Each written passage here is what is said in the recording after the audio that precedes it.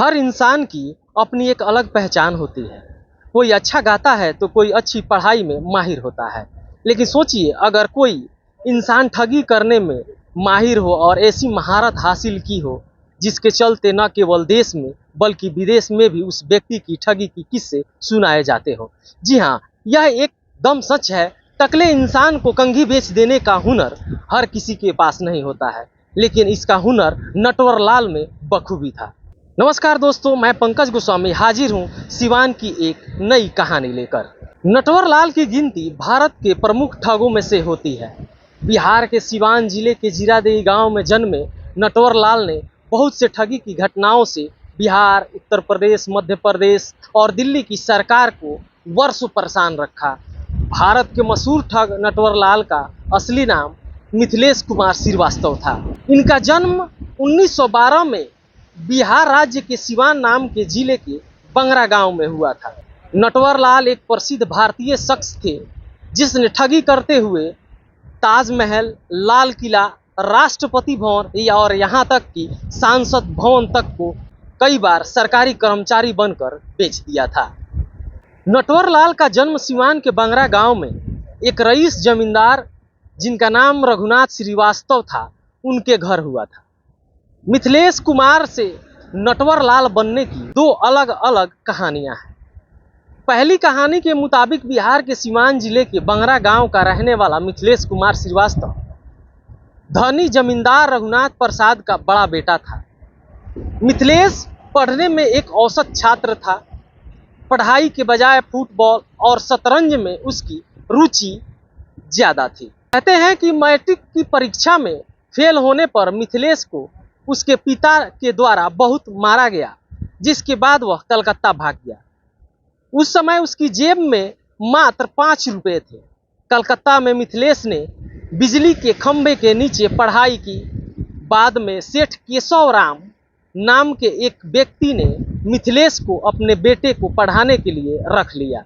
मिथिलेश ने सेठ से अपनी स्नातक की पढ़ाई के लिए पैसे उधार मांगे, जिसे सेठ ने देने से इनकार कर दिया।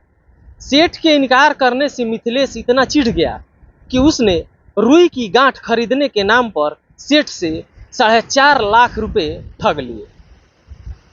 मिथिलेश की नटवर लाल बनने की दूसरी कहानी यह है कि एक बार मिथिलेश को उनके पड़ोसी सहाय ने बैंक ड्राफ्ट जमा करने के लिए भेजा। वहां जाकर मिथिलेश ने सहाय के हस्ताक्षर को हूबहू कॉपी कर दिया। उस समय मिथिलेश को पहली बार लगा कि वह जालसाजी का काम कर सकता है। उस दिन के बाद मिथिलेश कुछ दिनों तक अपने पड़ोसी के खाते से पैसे निकालता रहा। जब मिथिलेश के पड़ोसी को इस बात की भनक लगी, तब तक मिथिलेश अकाउंट से 1000 रुपये निकाल चुका था।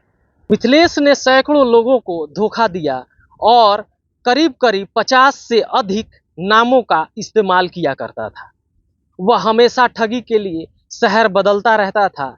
लोगों को धोखा देने के लिए उपन्यासों से पढ़कर आइडिया इस्तेमाल किया करता था। ठगी में नटवर लाल इतने शातिर थे कि उसने 3 बार ताजमहल, 2 बार लाल किला और 1 बार राष्ट्रपति भवन और 1 बार सांसद भवन तक बेच दिया था।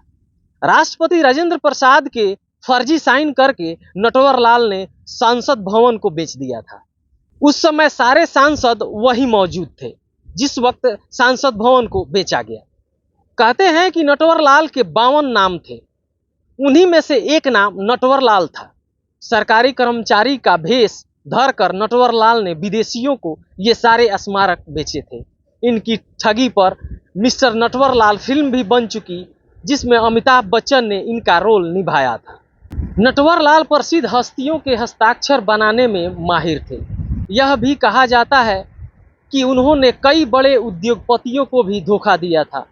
वह एक बड़ी रकम नकद उनसे यह कह कर लेता थे कि वह एक सामाजिक कार्यकर्ता हैं।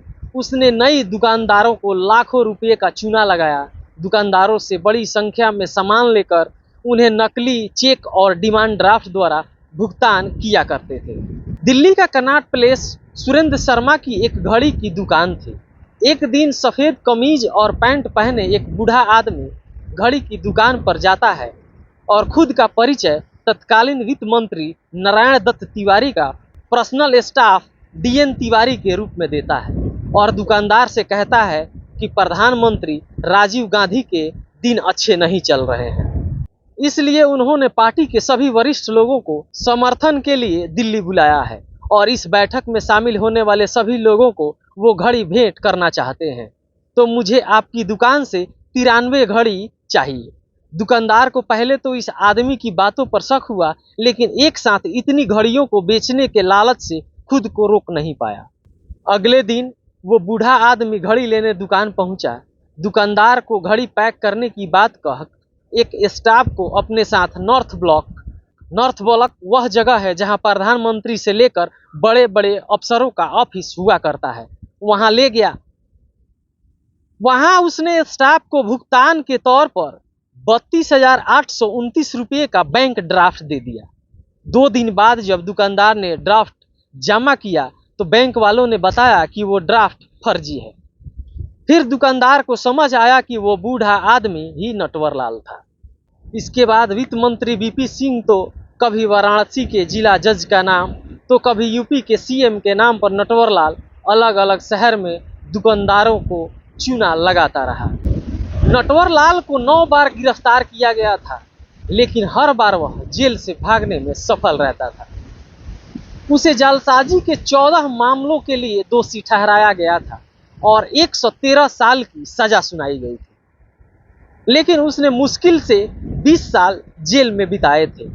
आखिरी बार जब उसे 1996 में गिरफ्तार किया गया था तो उस समय उसकी उम्र 84 साल की थी, लेकिन वह पुलिस को चकमा देने में फिर से कामयाब रहा। नटवर लाल के वकील के द्वारा 2009 में अदालत में कहते हुए अर्जी डाली गई कि नटवर लाल की मृत्यु 25 जुलाई 2009 को हो चुकी है, इसलिए उसके खिलाफ लंबित केस खारिज कर दिया जाए।